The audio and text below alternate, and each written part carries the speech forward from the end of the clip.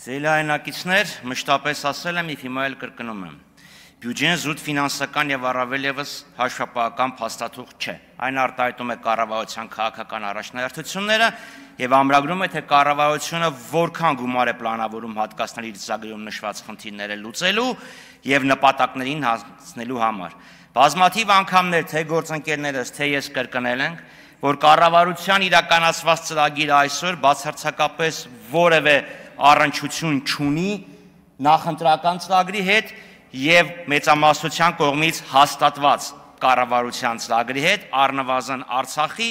անվտանգային և արտաքին հարաբերությունների հարցերում։ Սա մասին շատ ենք խոսել և էլի կխոսենք։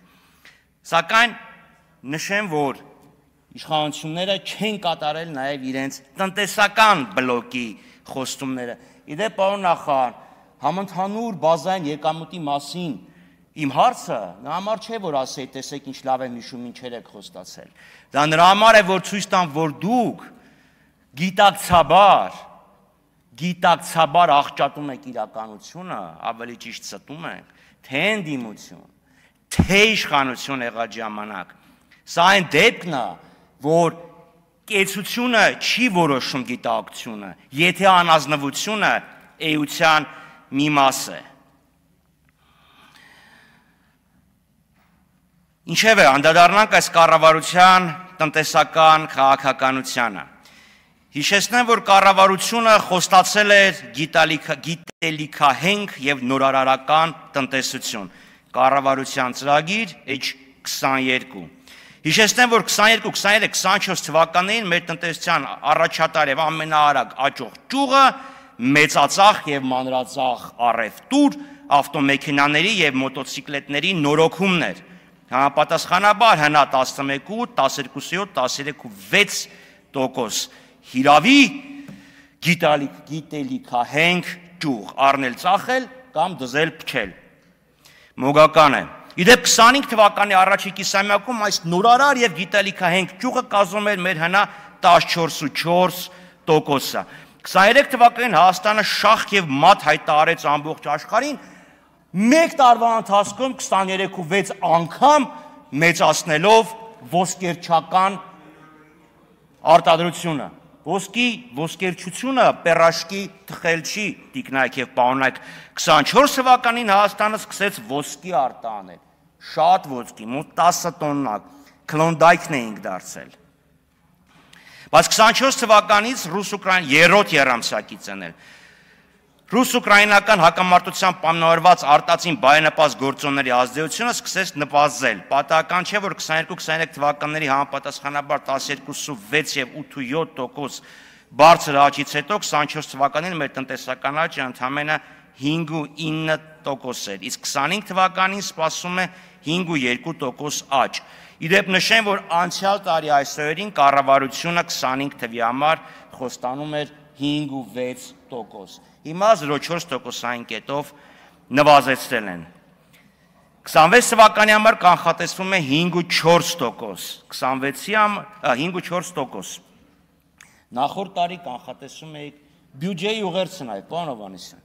Նախորդ տարի կազմում էր 5.5% կանխատեսումը։ Այսպիսով մեր նորմալ պայմաններում, երբ չկան արտածին գործոններ, մեր տնտեսական աճը 5.2-ից 5.4% է։ Հիշեցնեմ, որ կառավարությունը խոստանում էր տարեկան միջին աճի նվազագույն մակարդակ 7%, իսկ բարենպաստ արտաքին տնտեսական պայմաններում 9%, կառավարության ծրագիր նույն էջ։ Մենք 2 տարի 9 ամիս ունեցել ենք բարենպաստ արտաքին պայմաններ։ Դա վերացավ 5.2-5.4։ Բայց ախր նորմալ պայմաններն էլ նորմալ պայմաններ չեն։ Տնտեսական աճն ապահովել է խիստ բարձր արտաքին պարտքային բեռի պայմաններում։ Տարեվերջին սպասվում է, որ պետական պարտքը կկազմի 5 տրիլիոն 820 միլիարդ դրամ։ Այսօրվա դոլարի կուրսով 15 միլիարդ 232 միլիոն դրամ։ Պարտքն հարաբերությունը 52.9, 26 թվականին 569 միլիարդ։ Եվ ինչի համար, 5.2-5.4%-ի համար, կասեք բան աղկինում, սենց, նենց, համաշխարհային բանկի ուրեմն Հայաստանի երկրորդ համակարգային ախտորոշման զեկույց H18 2000-ից 2008 թվականներին միջին տարեկան աճը կազմել է 11%։ Այստեղ կառավարության ներկայացուցիչը քաղաքական մեծամասնությունը համոզում են, որ պարտքը վատ բան չէ։ Այն նպաստում է տնտեսական բարձր աճին, բարձր վարկաժանության ապացույց է, ֆլան, ֆստան։ Ես փորձեցի հասկանալ, եթե պարտքը զտենք, ինչքան կկազմի մեր տնտեսական աճը, չկա այդ պարտքը։ Պատասխան չունենք։ Գիտեք, պարոն Սուքիասյան, իմ ընկալմամբ մոտավորապես նույն հարցն էլ ձերն էր։ Այդ պարտքը մեր տնտեսության վրա ինչ դրական ազդեցություն ա ունեցել։ Չկար այդ պատասխանը։ Հիմա ես միշտ բյուջեների ընտանեկան բյուջեի օրինակով եմ վերցնում։ Պատկերացրեք, ընտանիքը հայրը կամ մյուս աշխատող ծնողները X գումարի աշխատավարձ են ստանում, դա որոշակի բարեկեցություն է ապահովում։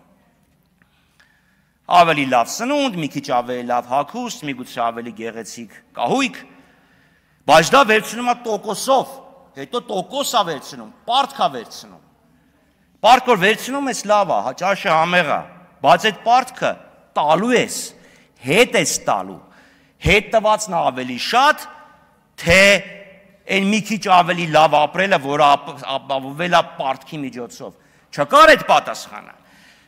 Չկար, սելի այնակիցներ։ Ուրեմն գալիք տարվա ընթացքում ֆինանսական կառավարությունը պարտքի մարման եւ սպասարկման վրա վճարելու է 1 տրիլիոն 53 միլիարդ դրամ։ Այդքան գնալու է ընտանեկան բյուջեից։ 1 տրիլիոն 53 միլիարդ դրամ։ Շատ է, քիչ է։ Մենակ պարտքը 432 միլիարդ է, ներողություն, տոկոսը։ Այսինքն 629.8 մայր գումարի վրա 432 միլիարդ տոկոս։ Համեմատության համար առողջապահության բյուջեն 212 միլիարդ, կրթության 361 միլիարդ, կենսաթոշակները հանած սոցիալական ծախսերը 315 միլիարդ։ Եվ դա համար ինչ եք զարմանում, որ համաշխարհային բանկի նույն հաշվետվությունը 155 էջ ամբողջը չեմ տպել։ Նշում է, որ Հայաստանում կրթությունն են վիճակի չի, որը կարող է լինել, առողջապահությունն են վիճակի չի, որ կարող է լինել, տնտեսությունն են վիճակի չի, որ կարող է լինել, որովհետև պարտքը վերցնում եք եւ ոնց եք ծախսում եք նենց, որ 19 թվականին Վրաստանից ավելի բարձր հնա ունեցող պետությունը 25 թվականին Վրաստանից ավելի ցածր մեկ շնչին ընկնող հնա ունի։ Ստեղից հարցը տալիս են, ֆինանսների նախարարն ասում է Վրաստանը Ռուսաստանի հետ սահման ունի։ Դահլիճից ինչ որ մեկն ասում է Վրաստանը ծով ունի։ Ստեղ են ասում, որ նալլա քեզ չար սատանա։ Այդ սահմանը Ռուսաստանի հետ երեք առաջացավ, թե Սև ծովը թազակցած գյոլ է, նոր առաջացավ, 19 թվին չուներ։ Հայաստանը մեկ շնչին ընկնող հնայով տարածաշրջանի Կովկաս եւ Կենտրոնական Ասիա հետնապահ է 12.500 է այնտեղ մեկ շնչին ընկնող։ Հիմա սիրելի հայրենակիցներ, լավ, պարտքի մյուս մասին կանդրադառնամ հետո։ Իշխանություններն ասում են, գիտեք, մեր միջին աշխատավարձը բարձրացել է։ Մեծ թվեր են ասում, այս միջինը 2020 թվին եղել է 203 1268 դրամ, 25 թվականի առաջի կիսամյակում 313,000 դրամ։ Միջին բառը, որ ասում ես, այն տպավորությունն ա, որ մեջտեղն է։ Մոտավորապես կեսը քիչ է, մոտավորապես կեսը շատ է։ Ես այդ հարցը անցյալ տարի տվեցի պարոն նախարարին։ Հիշում եք, պարոն Հովհաննիսյան։ Ասեցի դժվար բառ չի, մի հատ դիմեք, պատասխանը կտան։ Չեմ զլացել։ Դիմել եմ թե ՊԵԿ եւ թե աշխատանքի եւ սոցիալական հարցերի նախարարություն։ ԱՍՀՆ-ն ընդհանրապես ուղարկել է ՊԵԿ։ Կարծես թե աշխատանքի նախարարը ես եմ, իրանք զբաղվում են վայրի բնության պաշտպանությամբ։ ՊԵԿ-ից ստացվել է շատ հետաքրքիր պատասխան, աշխատավարձերը չունենք, ունենք հարկման բազան, որի մեջ մտնում է արձակուրդայիններ, քաղաքիրավական պայմանագիր եւ աշխատողների թիվներ չունենք, անում ենք եկամուտները։ Այսինքն ես այս տարվա կտրվածքով 4 աշխատող եմ, որտեղ ես աշխատավարձ ստանում եմ այստեղից եւ 3 բուհերում դասավանդելիս։ Ես 4 քաղաքիրավական պայմանագրով, հարգելիս, ունեմ այդ իրավունքը։ Ինչևէ 2025 թվականի առաջի կիսամյակում սիրելի հայրենակիցներ, մեր բնակչության 75%-ը միջին աշխատավարձից ցածր է ստանում։ Հասկանում եք, բա ուր եղավ կեսը, միջինը։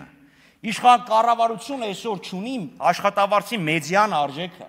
թե մեջտեղի աշխատավարձը ինչքան է։ Չունի ավելի հաճախ հանդիպող արժեքը, բա դուք աշխատանքի շուկայի մասին ո՞նց եք դատողություն անում, պարոնայք եւ տիկնայք։ Ուրեմն, մինչև 100,000 դրամ ստանում է 176,000 մարդ, 100,000-ից 200,000 դրամ 277,000 մարդ, 200-ից 300,000 119,647, այդ միջին աշխատավարձով ում եք խաբում։ Հիմա լավ, ես կարող եմ պարոն Սիմոնյան 2 րոպե վերցնել։ Չէ, 4 րոպե շատ է։ Հիմա վերցնենք պարտքի մակարդակը ընտանեկան մակարդակում, ընտանիքում։ Սիրելի այնակիցներ, երբ այս իշխանությունը ստանձնեց կառավարությունը 17 թվականին, ուրեմն անհուսալի վարկեր ունեցող մինչև 250,000 դրամ անհուսալի վարկեր ունեցող քաղաքացիների ֆիզիկական անձանց թիվը 47,670 մարդ էր։ 47,000, հեսա կենտրոնական բանկին է, կարող եմ նվիրեմ։ Գիտեք ինչքան է կազմում 25 թվականին 25 թվականի հոկտեմբերի 1-ին 136,511։ Շնորհակալություն, պարոն Խաչատրյան։ Այդ դա բարեկեցության ամենապարզ ցուցանիշն է։ 136։ Լավ, դե չի կարելի անցնել ներողություն ասել։ 4 րոպե եք ասում ես։ Դե կատակ արեցից բոլորը լուրջ ընդունեցին։ Դե ամրամի դեպք Հաջորդ ելույթի համար Համբարձում Մաթևոսյան, համեցեք պարոն նախարար։